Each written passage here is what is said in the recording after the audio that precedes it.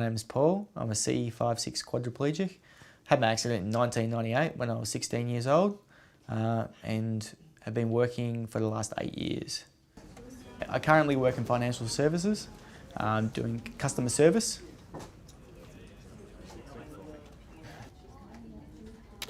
I plan my day, my routine around being able to be at work for that 8-hour block plus the travel time around it and so forth. So I'm up early in the morning and so forth, and I've got, as I said, the care when I need when I get home as well. What I eat and when I eat, what I drink and when I drink, revolving around, as I said, the issues of bladder and bowel. That's really important and so forth, so I can manage myself for that time. I'm not independently able to go to the toilet and things like that during work hours here at work. So being able to manage that is very important, but also to maintain my health. To be dehydrated or to be malnourished and so forth obviously isn't good for your health at the same time and so forth. So it's a very fine balancing act. I have found some continence products and so forth that I use now through the internet.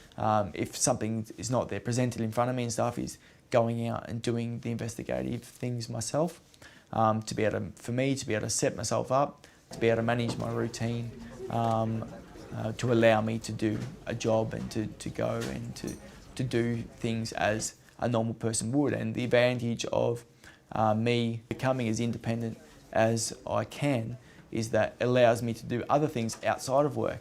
I can go out and have the day and go out and do things, or I can have a night at the pub and whatever and stuff by myself. What was initially for the benefit of work and stuff has been such a greater benefit for me. It's really fantastic for my quality of life. Yeah, I've never employed anyone with a spinal injury before, and to be honest, I never really knew what to expect. Even when Paul turned up for the interview, I didn't realise he was going to be in a wheelchair.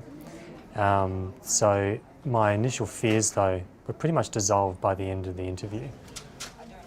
He has a lot of confidence. He prepared really well for the interview. He was supremely positive during the whole interview, and he answered every question really well, and he just has a great vibe. So I just thought, this guy can do the job just as well as anybody else. I'm very okay with things and comfortable with things being spoken about and presenting myself as a quadriplegic, because that's what I am. So I might as well be comfortable about it.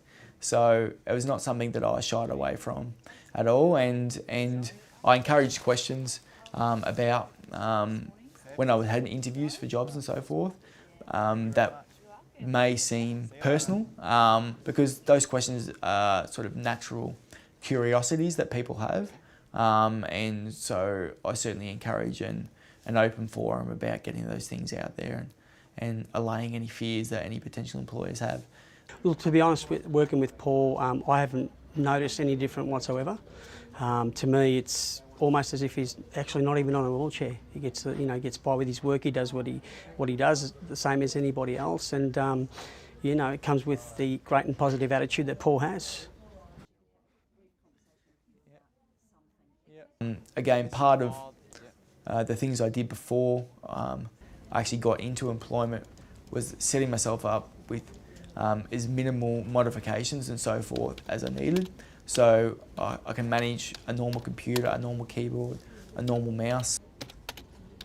One of the first things I did when I was very young on, when I was at school and so forth, was that I wanted a power wheelchair, which I use to get in and around the place, but to be quite small and compact, so it can fit under desks, so it can fit in regular lifts, so it can fit into meeting rooms and so forth. In terms of the office environment, we've only had to make a few changes for Paul, and that's been around the printers.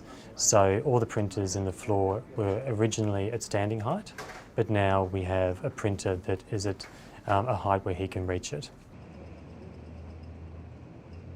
Because you spend so much of your life at work and stuff, you do something that you really enjoy rather than you do it, you endure So I'm going back to uni and going to go and study urban planning and be an urban planner or be involved in the planning process, which does feed back also into the disability field, and it's an opportunity for me to give back as a person with a disability.